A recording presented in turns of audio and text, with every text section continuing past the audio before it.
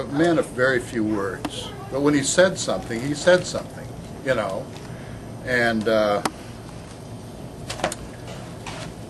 don't know who my grandfather was, really. I only saw him a couple of times, but I know he was a bullshitter.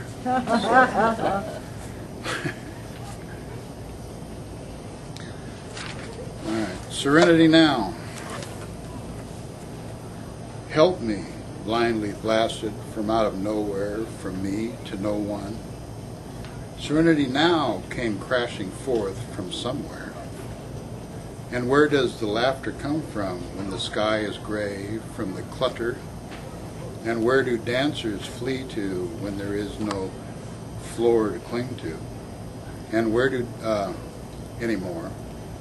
The camera is cut deep into the image of the damned, and sirens sing in the streets of El Repute, and hot dog stands stand knee-deep in, immersed in stains of mustard. Wait a minute. And hot dog stands stand knee-deep in mustard stains of fond memories and cold hands. Don't cut me any slack, I thought. I'm already too loose. And by the way, has anybody seen the glimmer of hope that fell out of my pocket? And the old man played the fiddle on the same corner, while the honking parade for the married couple had to wait for the funeral procession to turn the corner. Help me blindly blast it out from nowhere again. And Serenity Now came crashing forth to finish the show.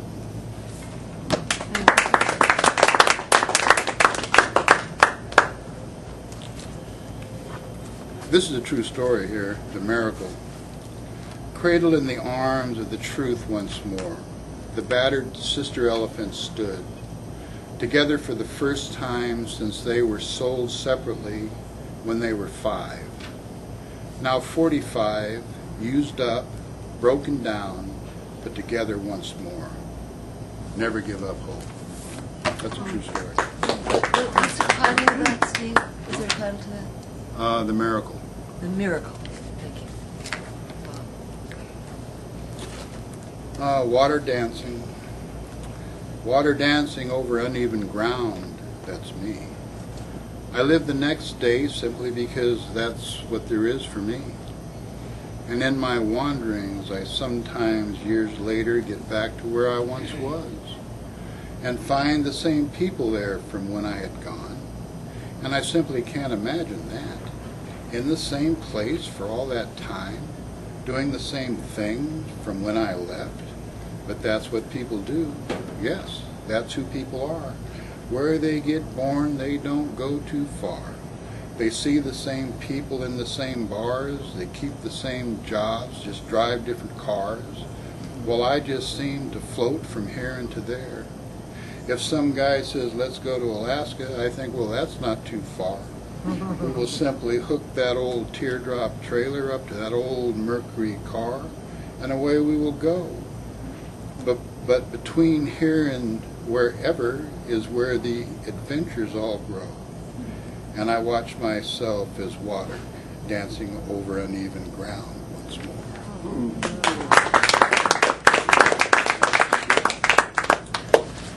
I said I wasn't going to read anything. A little louder, Steve. Louder, okay. If wings were meant for men, I read this all the time, but I like it.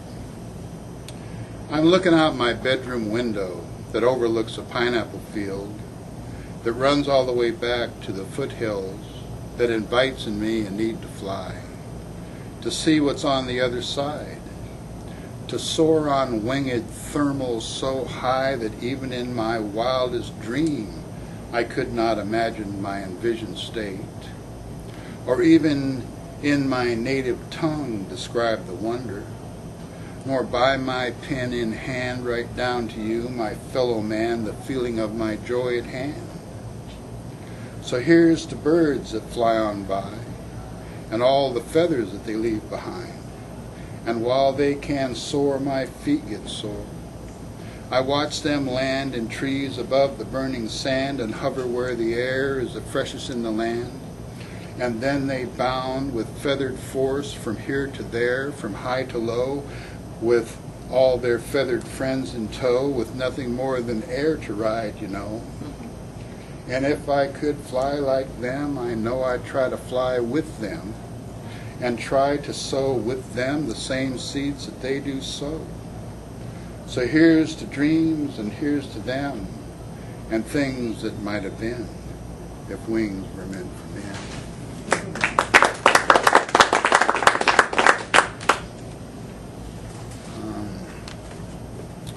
Hanging on a thread. It was a flicker of a glimmer, and it happened in the afternoon, just like it always seemed to do, except when it was raining. And oh, what thoughts ran blindly after, like they always did. It was as if a miracle somehow fell onto another miracle, and that in itself would have to be a miracle unto itself. No, no, stop, someone said. Pull the plug, I can't take it anymore.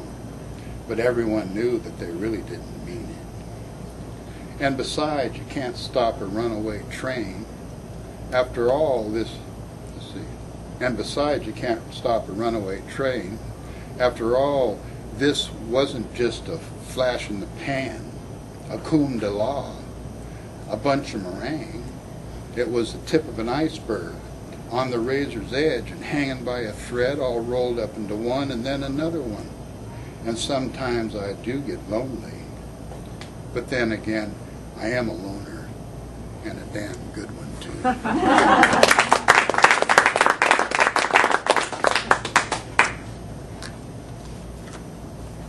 I stood stranded. I stood stranded in the noise, trying somehow to get back to the frightened silence, where twigs breaking could be heard and whispers sound like thunder. Would you read that again? Yeah. There's so much in it. Thank Read you. that again, please. I stood stranded. I stood stranded in the noise, trying somehow to get back to the frightened silence, where twigs breaking could be heard and whispers sound like thunder. Thank you.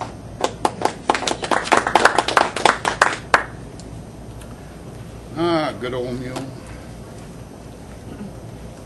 Branded, bare-assed, bridled, saddled, bucked and broke, then worked and beat through a life of misery until sold for pennies on the dollar to finally end up in a can, probably the luckiest day of its equine life. But there are a few very fortunate ones that make it into retirement, or put out to pasture as we call it. I once was on a roofing job just outside of Grass Valley, California. It was a jack job, I call it, where the pitch of the roof is too steep to stand on safely, so you have to put up jacks that hold up scaffold boards to stand on. It was only one story in the front, but 3 stories in the back, and to make matters worse, the boss had hired a pretty young lady as his personal helper right out of a biker bar called the Silver Dollar, where we would meet before going to work every morning. He put a tool belt on her and put a cordless power drill in the pouch and had her follow him around on the roof so he could look down and her half unbuttoned braless blouse when she was bent over.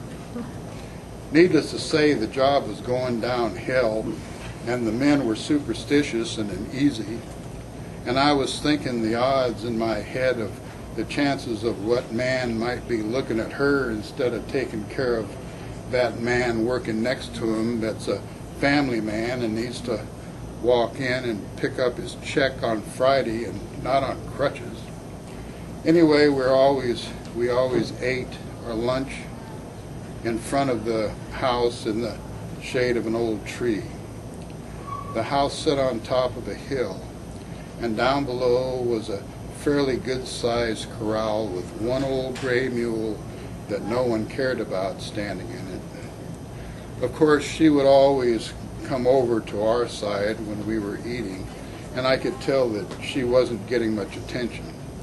Besides, I had already heard everybody's jokes and stories, and men always talk about the same things all the time anyway. So at lunchtime, I started to go down and sit on an old milk crate just on the outside of the corral and eat my lunch. I'd pull some green grass up on the way down and give it to her before I ate. And a lot of times she would give it to her before she ate, and a lot of times she would stick her head out of between the planks and make gentle contact on my back or shoulder with the side of her head.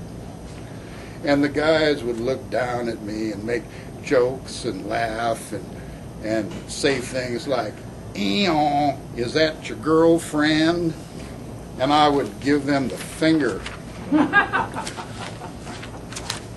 and yell up to them how I like that old mule better than I like them. Yeah. And they'd laugh. But the funny thing about it was I was telling the truth. I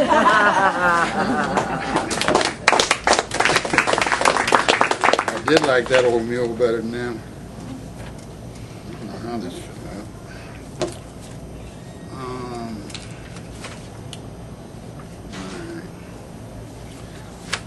Electricity and magnetism. I try to write in a soft and gentle way, and I do like a light-hearted play on words, but I fear it's not in me, even though I truly do enjoy feeling the look of a truly gorgeous cloud, especially when they boil into mile-high thunderous things that live and breathe high above our pumpkin heads. And I do enjoy looking at the rainbow that stretches its mighty span from here to there and back again, while at the same time displaying in a row every color of the rainbow. And I do delight in watching the contour of your face as the soft light shadows through your soft dark hair, especially when we are standing in front of a sink loaded dishes and I catch you still blushing a little bit under the gaze of my eyes. And I don't know about you, but I can tell you that to see you still blush and for it to still be for me is a surprise that instills in me once more that love does endure time and space and everything else evermore. And then some. Electricity and magnetism. Oh, yeah.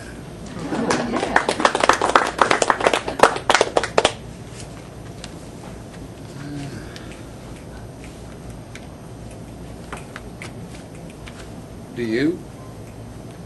It's hard to believe that I am actually a thinking thing within my own being, the center of my own universe as one of many on this tiny earth of mud and rock and flesh and blood. I stand alone as only me to feel my pain and my own needs amongst tens of thousands of other things. How can that be? I sit and watch snakes and bears and fish that swim and plants that grow and hundreds of other things that are their very own, and yet here I still stand alone. What kind of place is this that gives each and every one of us this mighty gift? And each in turn a thing to live within, as if a packaged gift, a place to rest, a home? And I in turn did buy myself, and no one else did feel all kinds of things, from deep regret to happiness to loneliness, and did at dawn feel much refreshed, and then at day's stale end did almost shuffle into bed, and then did even pray while thinking, but to who or why? I had no clue. Do you?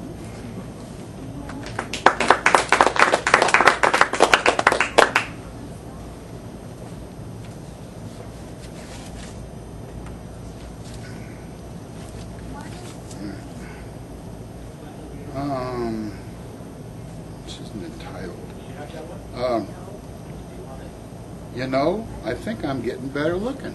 I took a look at myself in the mirror this morning, and I am almost sure of it. Damn, could life get any better? And all around me, all I see is liposuction and cosmetic surgery, and people eating everything, every conceivable thing, from fat reducers to bark on trees and anything else that is cholesterol free, as long as they have the money. And don't think that I am being sarcastic, for I, in my younger years, at one time, and I swear for a short time, was narcissistic, but that was in my prime. But like I said before, just the other day, as in the mirror I gazed, and you know, I think I'm getting better looking.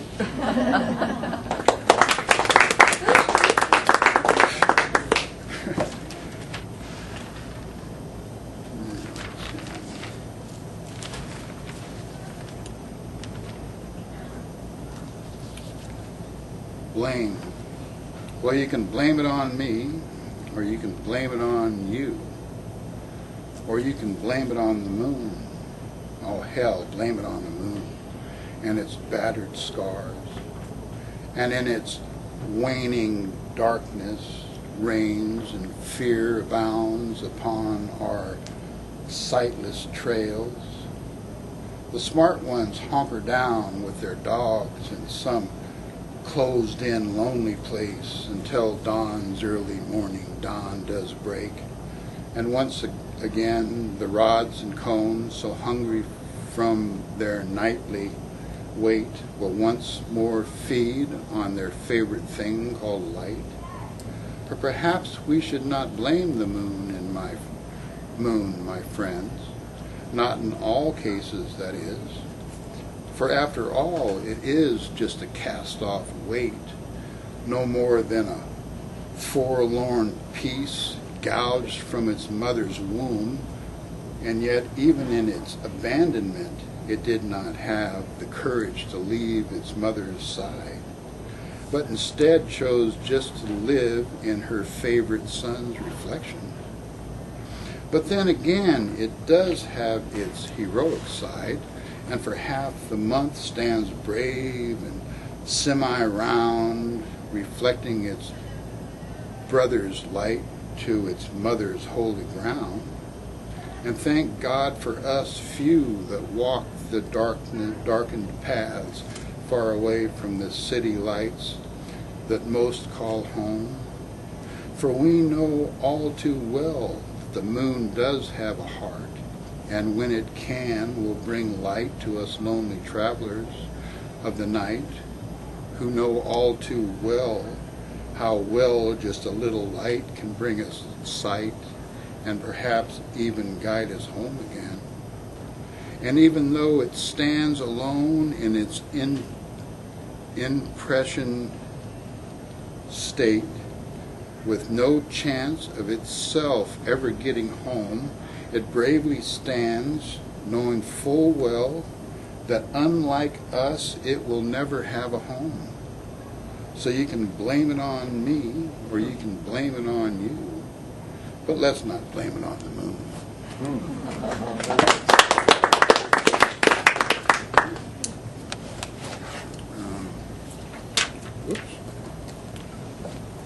To save the world. To you, to me, from us to them, the time has come, my friend. Yes, the time has come to stand up again. For right is right and wrong is wrong. And even though we know that we are all liars and failures and caught in the acts of comings and goings, and in the end very possibly heart attacks, we still somehow know and hope and pray that somehow it is not too late to come together here in perhaps our darkest hour, to tell the truth and to light the fires of compassion. For the game is up and the bullshit is over, And now is now, and if we do not do it here and now, there might not be another. Oh, I am not going to ask you to sell your soul, or get your hands dirty, or tell on your best friend, or move a piece of furniture, thank God. All I am going to do is to ask of you, and him and me, to save the world with one act of random kindness at a time.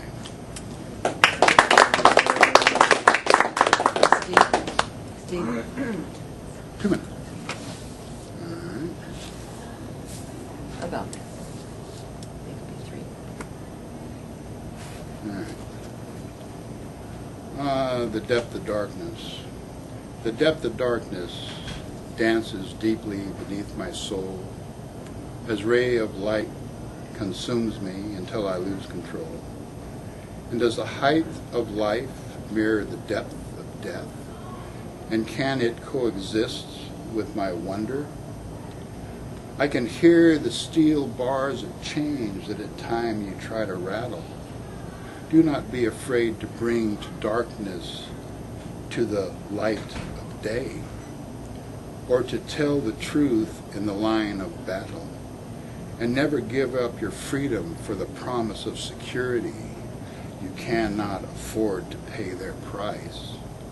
Oh, how these sandaled feet would love to fly and bid this salty, dusty earth of ours goodbye.